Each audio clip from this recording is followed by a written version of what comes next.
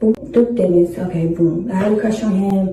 Boom, boom, boom. Things led to boom, boom, boom. I got pregnant. He didn't want to be involved. He didn't want nothing to do with it. He didn't care at all. Okay, like, so I had to make a decision. Oh, brother, this guy stinks! Man, these parasocial relationships has to end. What it do, YouTube? I'm back, man. Today I'm talking about the parasocial relationships a lot of these people have with these celebrities. It's kind of crazy. You know, even going as far as to claim you have a baby from somebody, that is insane. As the Riz God himself, oldest, youngest man alive, Duke Dennis has had a couple of people pop up saying that they are mothering his child. And this is honestly quite terrifying.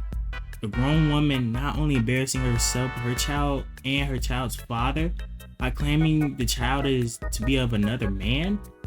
That is quite despicable. Every day, I start to understand, man, why Thanos was trying to do what he do, man.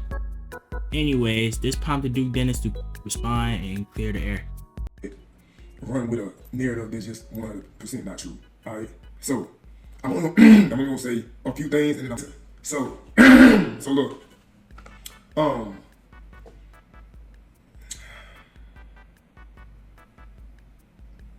Bro, I done told y'all over and over again, just like the 4th year in a row, I done told y'all that, like, it's certain parts of my life that I just don't want to share with y'all, all right? I'm never, ever going to post my family, all right? That includes everybody except for my brother, probably. My brother is the only person in my family that I will post. Anybody else, I'm not posting them. So I'm sorry if you feel obligated or entitled to, like, be a part of, you know what I'm saying, my life in that way. But I've been decided a long time ago that I would never, like, post my family in that way. And everything that y'all doing right now is, like, proving me right. I stand with Duke on this situation, as he doesn't explicitly say it, but he doesn't have kids. But we will never know per his wishes, and that's perfectly fine.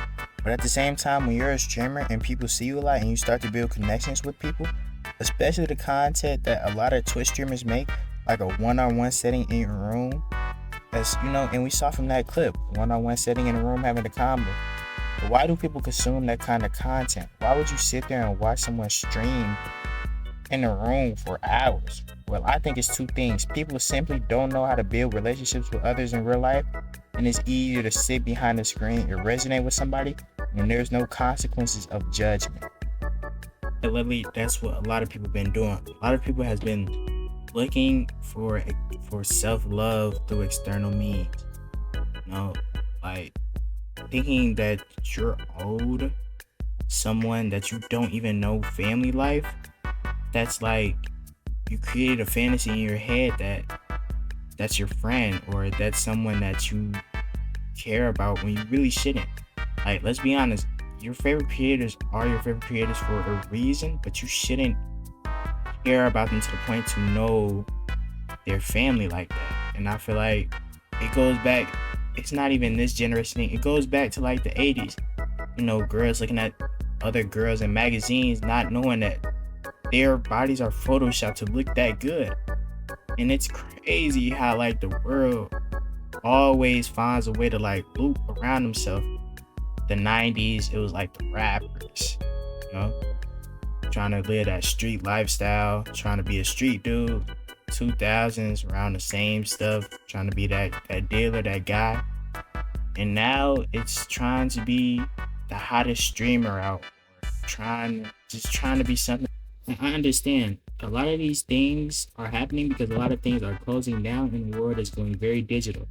Like malls, they're closing down at a rapid rate, so people have to find a different way to express themselves, and this is the other way. Malls are dying, so let me show you my then mall. Starting off strong. This used to be like a JC Penney's, it's entirely blocked off, but it's fucking huge, and it's like on the outside, and all the exits are, you know, closed. Nothing here, nothing here, nothing here, nothing there, nothing there. And it's over the mall, just obviously like that. It's one jeweler, that one's closed, that one's closed. So when you don't have a lot of human interaction, you look online and try to find your community, your outlet to go through when things get tough. And a lot of people go to Twitch or YouTube to find a content creator to, you know, lighten up some of the bad days they're having. And, you know, they watch all their videos They like their videos. They comment, they like, they give subs, or they sub themselves. And it comes to a certain point where you feel like you have a relationship with that content creator, but it's not a relationship. We're just getting a service. And I feel like whatever, and that's fine. Content creators are not here to be a substitute for your family. That's kind of harsh to say, but that's the real truth of the matter.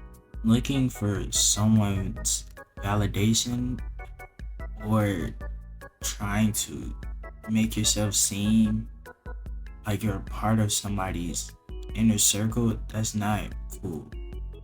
He's behind the screen, she's behind the screen.